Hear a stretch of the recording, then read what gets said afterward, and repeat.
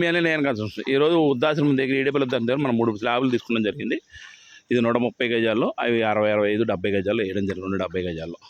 నేను స్లాబ్ అయిపోయిన తెల్లారి ఇక్కడ ఉన్నాను. స్లాబ్ అయిన తెల్లారి మనం చూసుకోవాల్సిన స్లాబ్లో ఏమైనా క్రాకులు వచ్చినాయా, లేదా స్లాబ్ ఎలా ఉంది, మన మిక్సింగ్లో ఏమైనా పొరపాట్లు ఉన్నాయా అని ప్రతిదీ మనం అలా చూసుకోవాలి. మీరు ఎక్కడైనా చూడండి, ఈ స్లాబ్లో ఎక్కడ చిన్న క్రాక్ కానీ మిక్సింగ్ డిఫెక్ట్లు కానీ ఏమీ లేవు. చూసుకోండి, క్లారిటీగా చూడండి, ఎక్కడక్కడ ఎటువంటిది. ఇది కారణం ఏంటి, మేము ముందే ప్లాన్ చేసుకుంటాం. మిక్సింగ్ ఎంత అయితే కరెక్ట్గా ఉంటుంది, మనం ఇలా క్రాకులు రాకూడదు, భవిష్యత్తులో దీనివల్ల ఇబ్బంది వస్తుంది, లీకులు వస్తాయని మేము ముందే టీం వర్క్ చేసుకుని దాన్ని వర్క్ చేయడం మొదలు పెడతాం.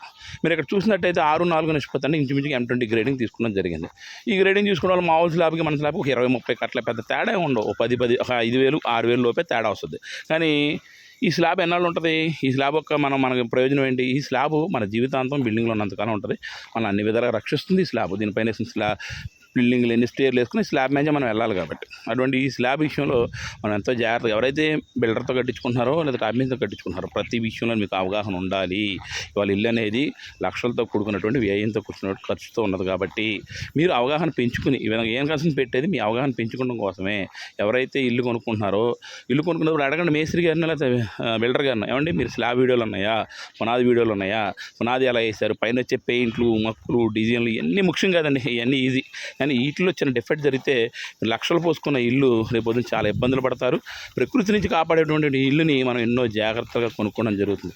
ముఖ్యంగా స్లాబ్లో క్వాలిటీ నిర్ణయించేట్లో స్లాబ్ యొక్క మందం, చాలామంది చివరి ఇటుకరాయి పెట్టేసేస్తారు. బందలు ఎక్కడ చూడండి చివరి ఇటుకరాయి పెడతారు. ఇటుకరాయి మందం ఎంతండి, 4 అంగుళాలు. దాని 4 అంగుళాలు పోయాడు కదా, 3.5 అంగుళాలు, 3.30 అంగుళాలు వేస్తాడు. కానీ ఏం కన్స్ట్రక్షన్ ఫస్ట్ నుంచి ఇక్కడ 5.5 అంగుళాలు సరిగ్గా చూడండి, స్ట్రైట్గా చూపిస్తున్నాం. 5.5 ఈ చివరి వరకు నూలు తగ్గుతుంది. కారణం ఏంటి, చివరి వాటం కావాలి కాబట్టి. మీరు చూస్తున్నారు వాటర్ ఎలా వెళ్తుందో, ఈ వాటం కోసం ఒక 1 అంగుళం, 1/4 అంగుళం తగ్గించడం జరుగుతుంది. మీరు సరిగ్గా దగ్గర చూస్తున్నాం స్లాబ్ యొక్క మందం. అది 130 గజాలైనా ఒకటే, 70 గజాలైనా ఒకటే.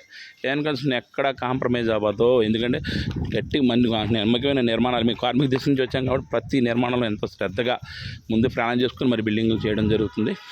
ఎక్కడైనా సరే మీరు ఒకటే గుర్తుంచుకోండి, ఒక చిన్న రిపేర్ వస్తే జీవితాంతం రిపేరు మీరు బాధపడాల్సి వస్తుంది. ఫస్ట్ మనం వేసేటప్పుడు ఎన్నో చిన్న పనే కదా, జాగ్రత్తలు తీసుకుని దగ్గరుండి స్లాబ్ వేయించుకున్నట్టయితే కన్ఫామ్గా ఫ్యూచర్లో ఎటువంటి రిపేర్లు రావు. చక్కగా దీన్ని భవిష్యత్ తరాల నుంచి మంచి ఇల్లు ఇచ్చిన వాళ్ళు అవుతారు. ప్రతి ఒక్కరు వీడియో చూసి మీరు ఎప్పుడైతే ఇల్లు కట్టుకుంటారో మీ మేస్త్రి గారితో మీరు దగ్గరుండి మీ అవగాహనలో, మీ పర్యవేక్షణలో ఇల్లు కట్టించుకున్నట్టయితే కలకాలం ఉండే నిర్మాణాలు వస్తాయి. భవిష్యత్తు చిన్న పని పెద్ద పని అనే ప్రతి పనిలో మీరు శ్రద్ధగా ఉండండి.